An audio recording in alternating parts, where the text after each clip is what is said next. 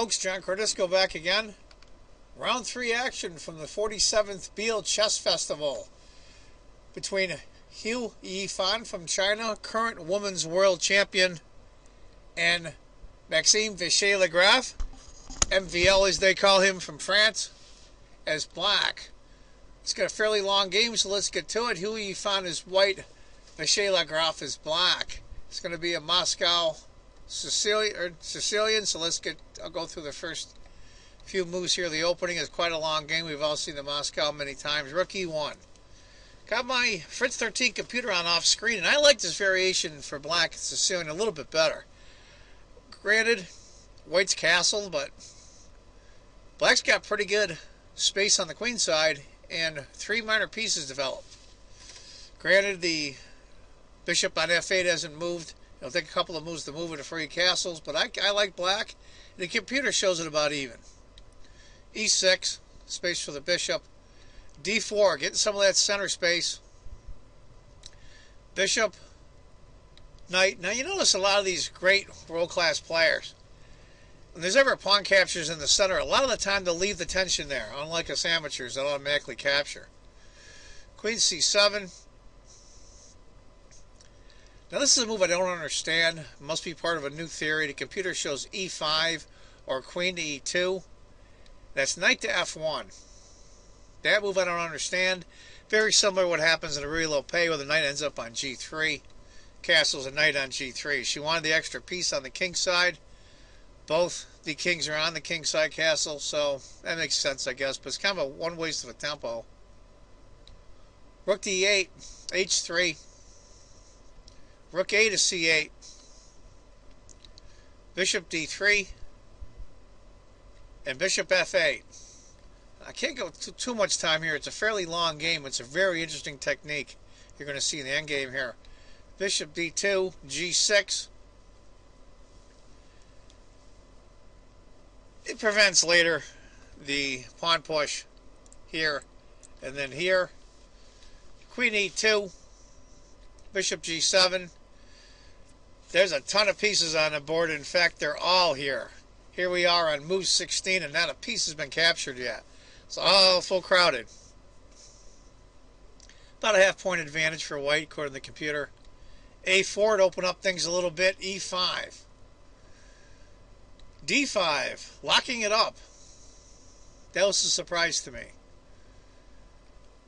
If A had taken instead, excuse me, C4, bishop takes, queen, queen, rook, pawn, bishop A8. After D5, C4, bishop C2.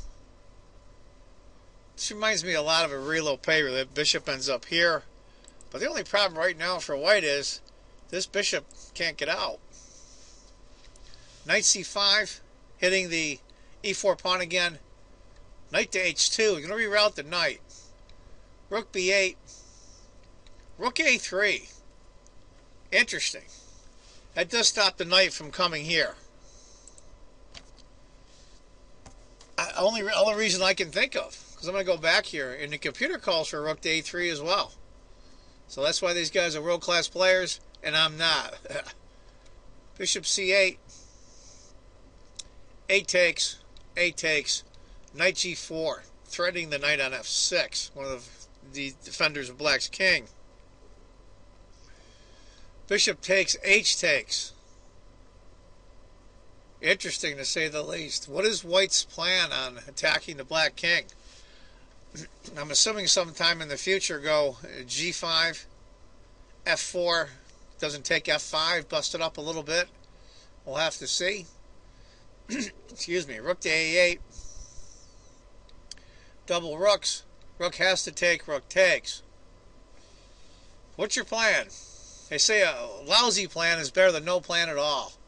So what's black's plan? I really don't see it. Granted, he has a dark squared bishop, which is to his advantage. White has the bishop pair, but I don't think it's that big of a deal to have it in this case. Queen to B7.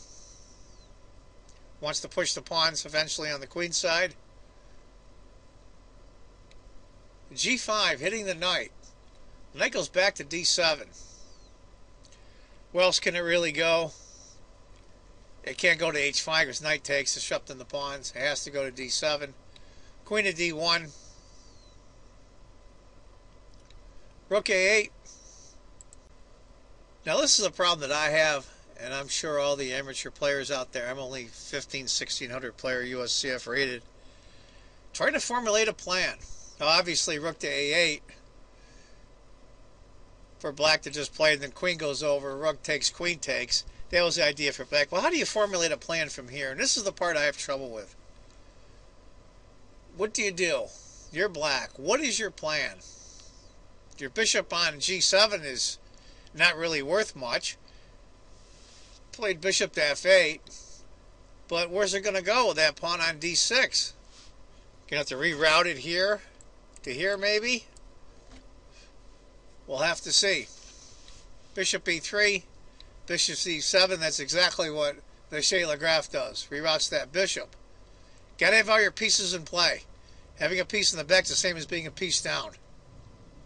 Knight to f1. Looking to start pushing pawns. Bishop to d8. Excuse me. Now he's aiming towards the queen side and still attacking the g5 pawn. Good move. 3 consecutive bishop moves, but it was worth it. Knight to d2. Bishop b6. Bearing right down on the enemy king. Knight to b1. Bishop c7. That one I don't understand, to be honest with you. Knight to d2. Bishop b6. Knight to b1. Are they going to repeat? Let's see. Bishop c7. Knight to d2. That's a twofold repetition there. Now we're on move 37, which tells me that they're just trying to get in closer to the 40th move, the time control. King to g7 stops the repetition. g3. Bishop b6. Knight b1 again. Knight to d3. Finally pushes forward. Bishop takes. Queen takes. Now it's an interesting trade. Bishop takes. C takes. Knight to d2. As we all know, knights are great blockaders of past pawns. Now how's he going to protect that pawn?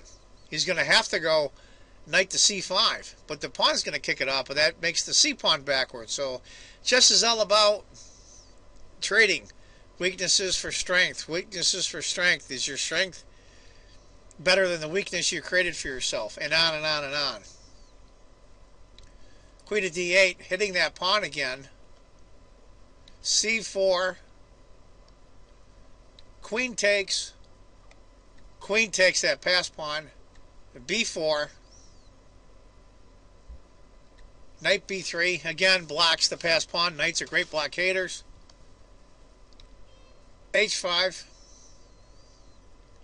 King g2. h4.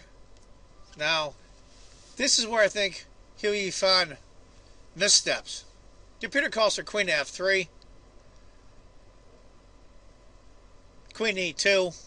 They all seem reasonable. She goes king to h3.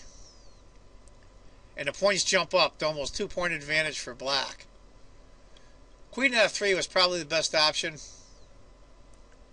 She makes that mistake. Pawn takes immediately, pawn takes. That king is awful naked now. Queen to d8. Come back with a queen. I think queen to h5 might have been interesting because after king to g2, knight f6. And that knight over on b3 is not much protection for white's king. After queen to d8, king to g2, queen to a8. This is going to be a long endgame. Queen to c2, queen to a7, queen to d2. Believe it or not, it shows a 1.5 advantage for black, almost. Frankly, I don't see it, but one thing that black has over white is his king is perfectly safe. Knight to f6. Here we go. We're going to start making some threats here. Queen to e2, protecting the pawn. Now queen to a2. Now comes infiltration of the black queen. Knight to c1. Queen here, of course. Now you're hitting this pawn twice. Knight to d3 to block the queen. But now comes b3. Knight to f2. Queen to c1. It's starting to get hairy for white. Now this is where technique plays a huge role. Huge role. It shows a fairly good advantage for black, 2 points. As amateur players, you and I, and we all are, at least most of us, how do you convert this? How do you convert this? She plays king to f3. Knight to h7. He's rerouting that knight.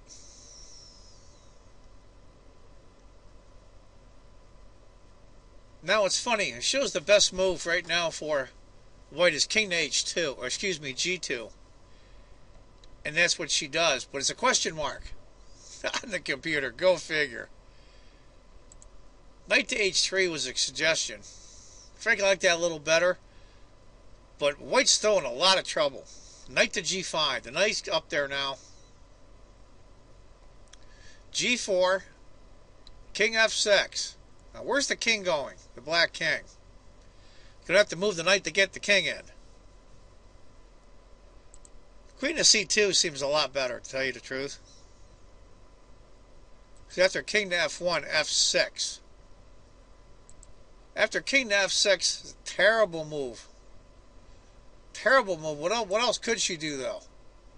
Queen to d3. And now the points are out of control. It's almost a 6-point advantage for black. Can all of us see the trouble that white's in? Computer suggested knight to h3 instead, and after knight takes, king takes. White still has an advantage, but I think she might be able to hold this. But either way, she went queen to d3. Black took the pawn immediately, c5, trying to get something going. d6, queen to d4. What to do, what to do? It's her only chance. d7. Queen takes, knight takes, and then king to e7. It's over. Completely over. White queens, the king just takes. Knight takes the pawn, this pawn queens. Knight takes this pawn, the pawn queens. Doomed. Give you an example. King to e7. Check. King takes. Your 3 pawns up. You're doomed. And your e4 pawn's hanging. So she just said, that's it. Enough's enough. And she resigned. Women's World Champion Hou Yifan resigns to Maxime Vachier-LaGrave from France. MVL, as his friends call him. Anyway, folks, that's action from, or I should say more action from round 3 of the 47th Biel Chess Festival 2014. I hope you enjoyed it. Anybody that liked this video, please click the like. I would appreciate it. And all of you out there that watch my videos, or if you're a newcomer, if you would subscribe, that would be awesome. I would appreciate it. And as I always say, folks, if you think chess is just a game, you're not playing it right. Take care, folks. Bye-bye.